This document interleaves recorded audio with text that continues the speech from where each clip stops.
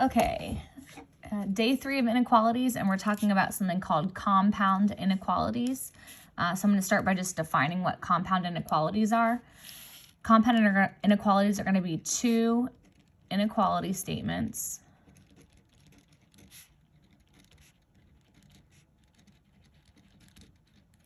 joined with and or, which probably just by itself seems totally weird. Take a second, write that down, pause it if you need to, and then we'll look at the example. It always makes more sense when we have an example. So or statements are basically where we're going to be taking two places on the number line and graphing them separately. So like one side and then the other side. So they usually graph apart is the word we're going to write here. And I know I sound like I don't know what I'm talking about, but it's just kind of hard to describe in words. It's so much easier to show with an example. So that's what we're going to do here. So or statements, we have x is less than or equal to -2 or x is greater than 3. There's two different spaces on the number line that this statement represents. So we have x is less than or equal to -2. So I'm going to go to -2. I'm going to shade values that are less than or equal to -2. So just like we would on all of our other days of inequalities, I'm just graphing that statement. That's not any different than what we've done the past couple days. The difference is now we have this second statement. It can be in this area, x is less than or equal to -2. We can have a solution down here, or we can have a solution at greater than 3.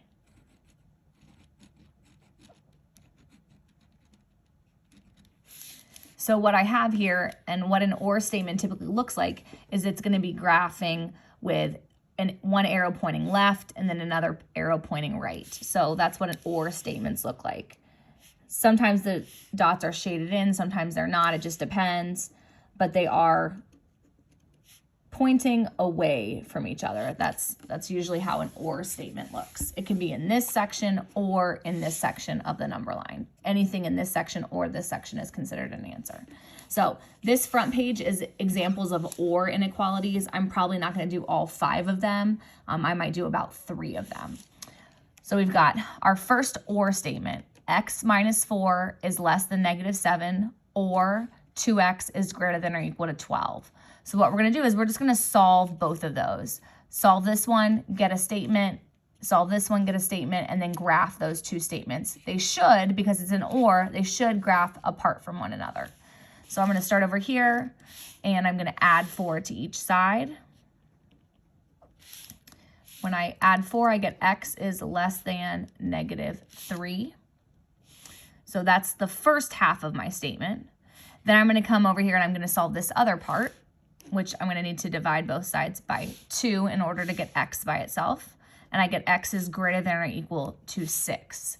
And so my statement here is x is less than -3, or x is greater than or equal to 6. This is what we're going to be graphing. I'm going to start with the first statement here. X is less than -3. I'm just going to graph that like normal. That's going to be an open circle. I'm going to shade less than values, which are going to be to the left. Then I have x is greater than or equal to 6. So I'm going to shade that now. That's going to be a closed circle at 6. And then values that are greater than are going to shade to the right. So as you can see, that shaded as we expected, or statements that separate apart. So the solution would be anything less than -3 or 6 or greater. Now this section here, interval notation, I will go ahead and show you what that means. It's just another way to show the solutions that's not on a number line. So another way that we can show this is what's called interval notation. So interval notation uses either brackets or parentheses. Brackets are used for closed circles. Parentheses are used for open circles.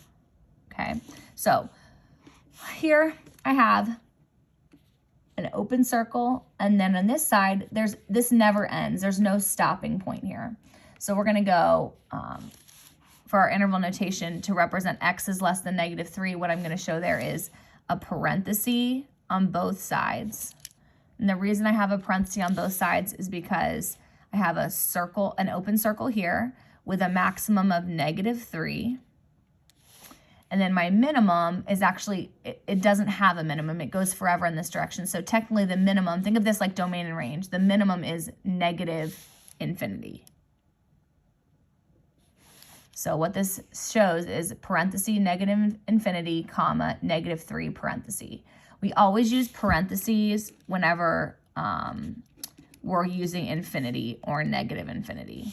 Use parentheses because technically the number infinity does not exist, so we cannot include the number infinity. I know that seems really strange, but technically we have to use these non-inclusive parentheses when we are using the number infinity or -infinity. Okay, so over here, again, if I want to use interval notation, I'm going to add the word or here, and then I'm going to show this side here. So on this side, I have a closed circle, so I'm going to put a bracket. My minimum here is 6, and we are including 6. That's why we're using the bracket. And then my arrow, again, that means it's going to go forever. So there's not technically a maximum. So I'm going to have positive infinity as my maximum. And then infinity always uses a parenthesis. Okay, well, don't worry too much about the interval notation. It's not like super, super important. Being able to graph it's probably more important, but I just wanted to show you what interval notation was. So let's go to the next question. We're going to solve both of these statements, and then we'll graph. Should look like an or when we're done. We're going to start here, and we're going to be dividing by -3. When I divide by a negative number, this still is true. Anytime we're using inequality symbols and we divide or multiply by a negative, we are going to flip our sign. -9 divided by -3 is +3. So that's my first statement. And then I'm going to solve the other statement here by subtracting 5. I get x is less than 1. And these are my or statements. So x is greater than or equal to 3, or x is less than 1. That's what we're going to be graphing. So I'm going to come over here to my graph. I'm going to start with x is greater than or equal to 3. That's going to be a closed circle at 3. And I'm going to shade values that are greater. Next, I have x is less than 1. That's going to be an open circle at 1. And x is less than, I'm going to shade to the left. All right, that graphed as I expected. That's an or statement. And then we're going to practice our interval notation here. So I have infinity and an open circle. So that's going to use a parenthesis for both of those. This is going forever to the left, so that's -infinity. Oops, I wrote an 8 and I meant to write infinity. Let's try that again. -infinity. And then I have a 1 here as my maximum. Again, 1 is not included, which is why I'm using parentheses. For my other half of my or statement, I have a closed circle and then I have infinity. So I'm going to be using a bracket for my closed circle at 3 and parenthesis for my positive infinity. Always when you're doing anything with infinity, use parentheses. All right, last one I'm going to do here on the front is number 3. So I'm going to solve this first inequality by subtracting 9 on both sides. I get 2x is greater than 8. And then divide both sides by 2. And I get x is greater than 4. Second inequality, I'm going to start by subtracting 10 on each side. I get 5x is less than 0. And then I'm going to divide both sides by 5, and I get x is less than 0. These are my two statements. X is greater than 4 or x is less than 0. So that is what we will graph. Starting with x is greater than 4, that's going to be an open circle at 4, shaded to the right. And then x is less than 0, that's going to be an open circle at 0, shaded to the left.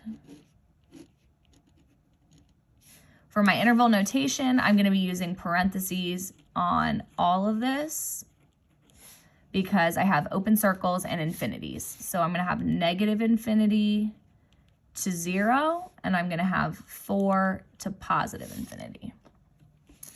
Okay, so those are OR statements. Solve the two inequalities, graph them. They separate from each other typically. I'm going to go to the next page and we'll look at some AND inequalities. So for our AND inequalities, usually they graph together,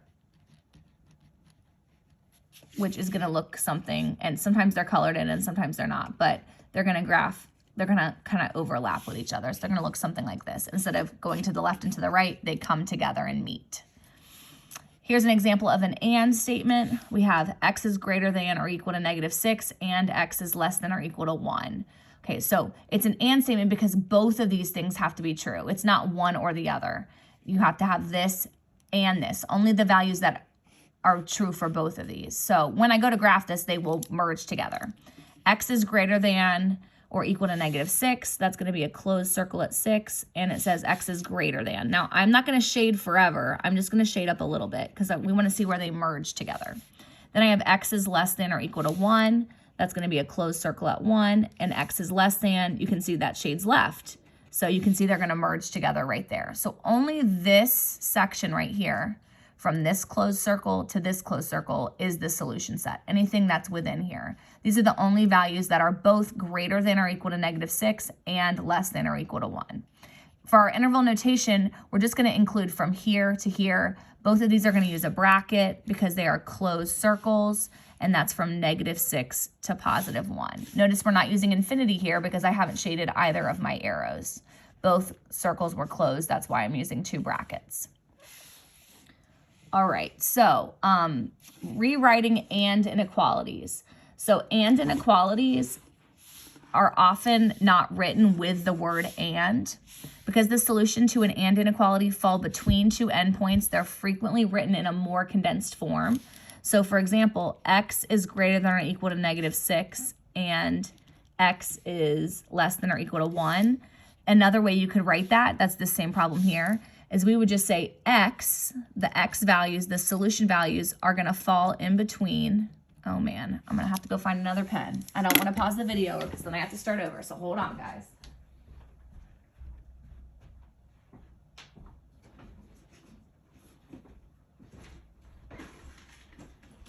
Okay, switch to blue here. So this should be, again, we're saying our x values are going to fall in between -6 and 1. And that should look familiar. That looks like when we did domain and range. Our minimum is -6, our maximum is 1, and we have less than or equal to signs because those values are included. Those are closed circle values. So that's what we're going for. That's just a more condensed way to write it. All right, solving some AND statements. So you can see here the word AND is not being used. Instead, what we have is this kind of range of values. So the expression x plus 4 is going to fall between 2 and 9, including 2 but not including 9. So we're going to solve this here by drawing a line through each of our inequality symbols. So I drew one here and I have one here. And then what we're going to do is we're going to get x by itself, and we're going to perform this operation on all 3 sides. So this says x plus 4. So I want to get that x by itself, so I'm going to -4. But instead of just minusing 4 here, I'm also going to -4 here and here. So it's kind of like 2 things happening at the same time. Now the 4s are going to cancel out. 4 minus 4 is 0. Over here, 2 minus 4 is -2. X is by itself now, and 9 minus 4 is 5. So x is by itself, and I'm going to bring down my inequality symbols. This was a less than or equal to. This was just a less than. So our solution, written in that condensed format, is that x is going to be between -2 and 5. It can include -2. It cannot include 5. It can include -2 because of this equal to part. So we're going to graph that and write it in interval notation. So let's start with graphing. We're going to go from -2 to 5. -2 is included. 5 is not included. And then x is any value in between. So I'm going to shade in between. That's how AND statements shade. They shade in between. Okay, when we go to our interval notation, I have a closed circle here. That's going to be a bracket.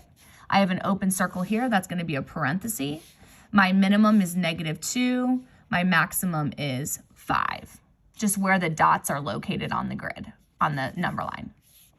All right, another and statement here. We've got we've got the expression in the center here. 7x minus 13 is going to fall between -27 and 8. It cannot include either of those values. Put a line through your inequality symbols, and we're going to solve this all at one time. Focus here in the middle. We're trying to get x by itself. 7x minus 13. We're going to start by canceling out this -13 with a plus 13. And we have to do that in all 3 sections. I'm going to bring down the 7x in the center. I'm going to bring down those inequality signs, and then I'm going to solve the 2 sides. So -27 plus 13 is -14, and 8 plus 13 is 21. Next, I'm going to divide by 7 so that x is completely isolated, and I need to divide by 7 in all those different spots. I'm dividing by a positive number, so I am not changing my signs. So my signs will remain, and I have 3 here on the right, I have -2 on the left, and I have x by itself in the center. So this is that condensed solution. This was that condensed solution in the previous question. Condensed solution says that x is going to fall between -2 and 3. So I'm going to graph that. -2 is going to be an open circle. 3 is also an open circle. X is going to be in between those values, so I'm going to shade in between, which is how and statements shade. Finally, for my interval notation, I have 2 open circles, so I will use 2 parentheses. The minimum is -2. The maximum is 3. It's the same values that we see over here. All right, let's look at number 8. Number 8, still same idea. We're going to bring down those lines to kind of separate our problem into different sections. And I'm going to focus here on this statement, 3x minus 4. I'm going to work to get x by itself. We're going to start by adding 4. Add that on all 3 sides of this and statement. Cross out your -4 plus 4. We get 3x. On this side, 2 plus 4 is 6. On this side, -16 plus 4 is -12. Now to isolate x, I need to divide by 3, and I'm going to do that on all the sides. Bringing down my inequality symbols, 6 divided by 3 is 2. -12 divided by 3 is -4, and there is that condensed solution statement. So this says that our values for x, our solutions, are going to fall between -4 and 2, and they can include -4 and 2. So I'm going to graph to include -4 and 2, and then all the values in between. For my interval notation, I will use brackets once again because I have closed circles from -4 to +2. All right, I think I'm not going to worry so much about 9, but I would like to go ahead and do 10 here because I do see that I have some distributing, and I want to just go ahead and show you guys that. So we set it up the same way. I'm separating at those inequality signs. I am going to need to distribute here before I can isolate x. When I distribute, I get 2x minus 12 in the center. I'm going to bring down the rest of that inequality. So to solve, we would add 12 to all 3 areas there. I get 2x in the center. I have 4 plus 12 is 16 on the right-hand side. -2 plus 12 is 10 on the left-hand side. And then dividing by 2 to isolate x, I'm going to have x in the center. 16 divided by 2 is 8. And 10 divided by 2 is 5. So this is going to be our condensed solution here. We're going to show that on the number line and write it in interval notation. So this says x is going to fall between 5 and 8. It cannot include 5. It can include 8. So here's my 5, which it's not allowed to include. Here's my 8, which it does include. And then the values in between. For my interval notation, I'm going to use 1 parenthesis for my open circle at 5, 1 bracket for my closed circle at 8.